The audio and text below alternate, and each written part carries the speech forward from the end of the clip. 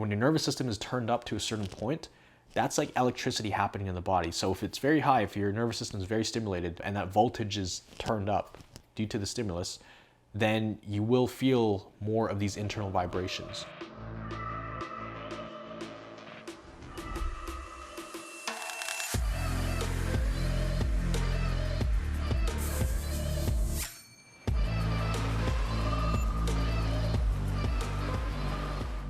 How's it going, guys? Miguel here from CFS Recovery. This channel is dedicated to helping people recover from chronic fatigue syndrome or any other hypersensitive nervous system disorder. In this video specifically, I'm going to be talking about the internal buzzing that you might be experiencing, the vibrations, the feeling like there's an earthquake happening sometimes, and just the kind of trembling that a lot of people with CFS experience. Now, if you're one of those people experiencing that, then you're in the right place, because I'm going to talk about what I found to be causing it, as well as what you can do about it to fix it once and for all.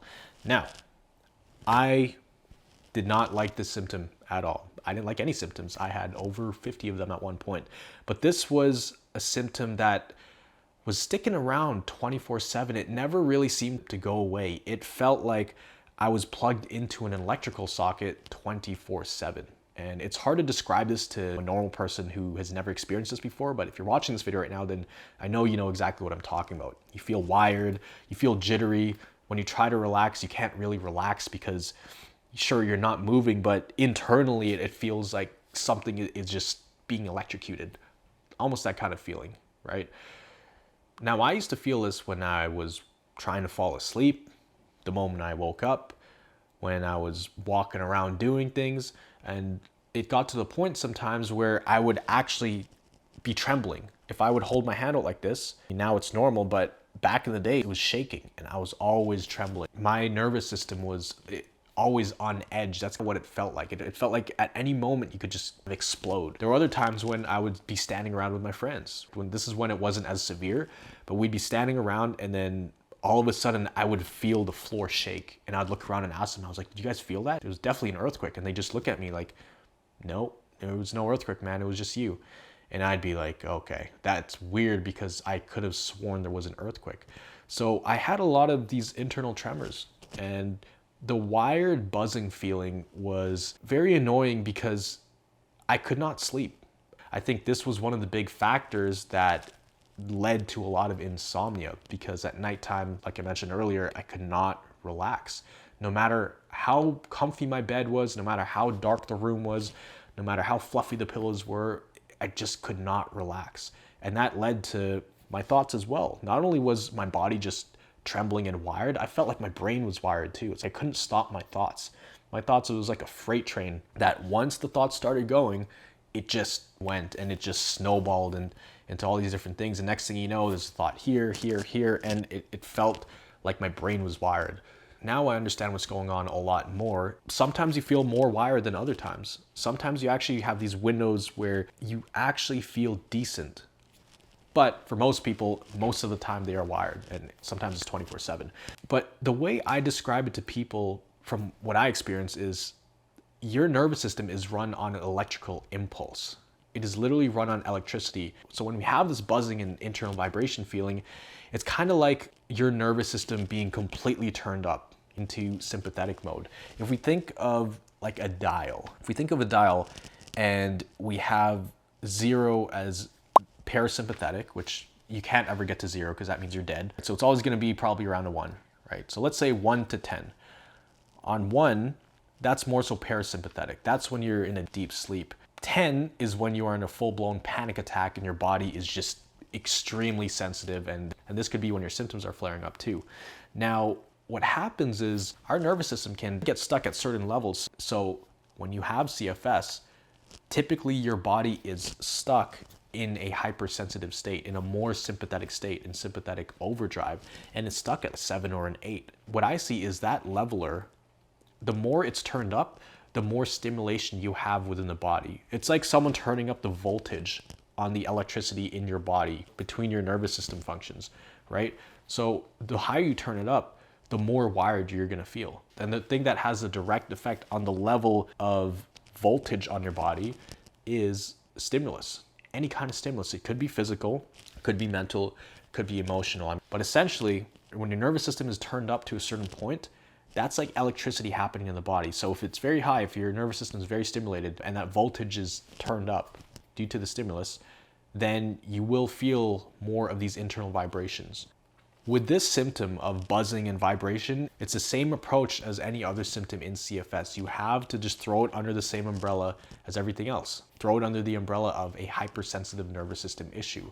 We can do things that can help the body start to shift into a more sympathetic state, but to have lasting change, you need to learn to internally turn the knob down or the level down on the voltage of your nervous system.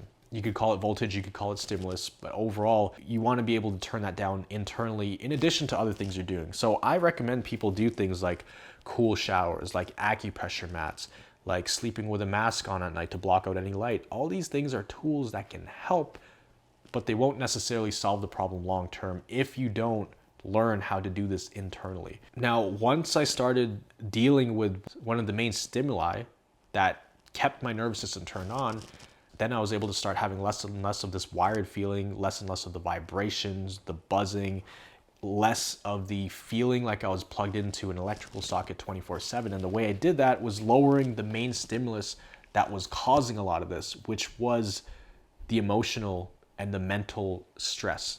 The emotional and the mental stress that I was placing on the nervous system. A lot of times those things are overlooked because here's the problem.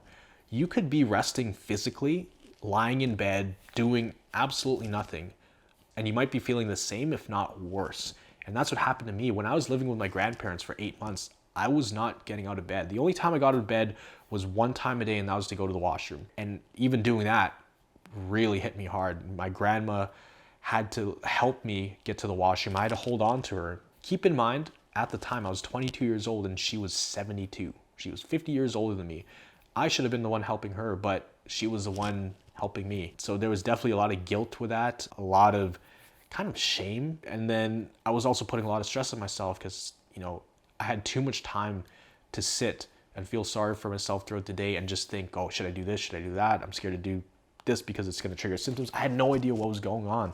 And that's the biggest thing. I had zero idea what direction to go, what to do. Should I be taking supplements? Do I need to fly out to some other country to find a specialist who deals with this? Luckily, I found a doctor. Well, I didn't find a doctor. He found me in the hospital. I ended up in the hospital. I was in the intensive care unit for a month in really rough shape. They transferred me to another wing where I met my doctor, and he broke down exactly what was going on. And that's what helped me lower the emotional and mental stress I had about everything that was going on because I knew the way out. He pretty much gave me the roadmap, and the roadmap is something I break down in Recovery Jumpstart, the exact steps I take because it is a process, right? You have to focus on specific things. The diagrams he broke down, I actually put them into a document to simplify everything. That way people like yourself can refer to it as a roadmap, as something that guides them along the way in recovery. If you were interested in seeing that, I call it the Recovery Science Blueprint.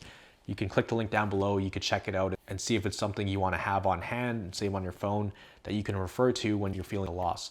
But once I started applying the principles and work on making my nervous system less hypersensitive, once I started focusing on that, then all of these other problems started to lift, right? They didn't lift overnight, but they started to lift. My progress was 10 times faster than it was in the previous 8 months.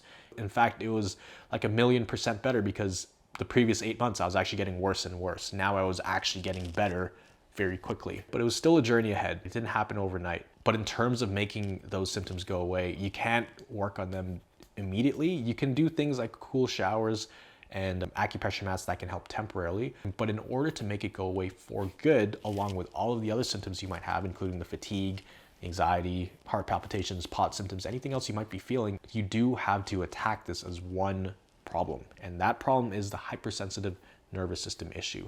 If you fix that problem, you fix all the other sub problems under it, all the problems that we've thrown under the umbrella, like all the symptoms that I talked about earlier.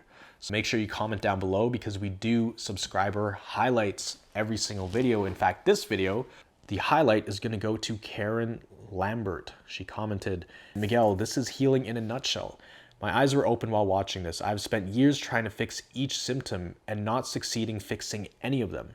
Over the last month, I've been brain retraining, which was so needed. Concentrating on my nervous system instead of chasing my tail trying to fix my symptoms is so much easier. Thank you. And she said it right there. Instead of focusing on a handful of symptoms individually, she focused on one problem, which was the hypersensitive nervous system issue, and she's starting to see some great results. And it is much easier too. It's less complicated. You have one problem to solve versus 20 problems to solve.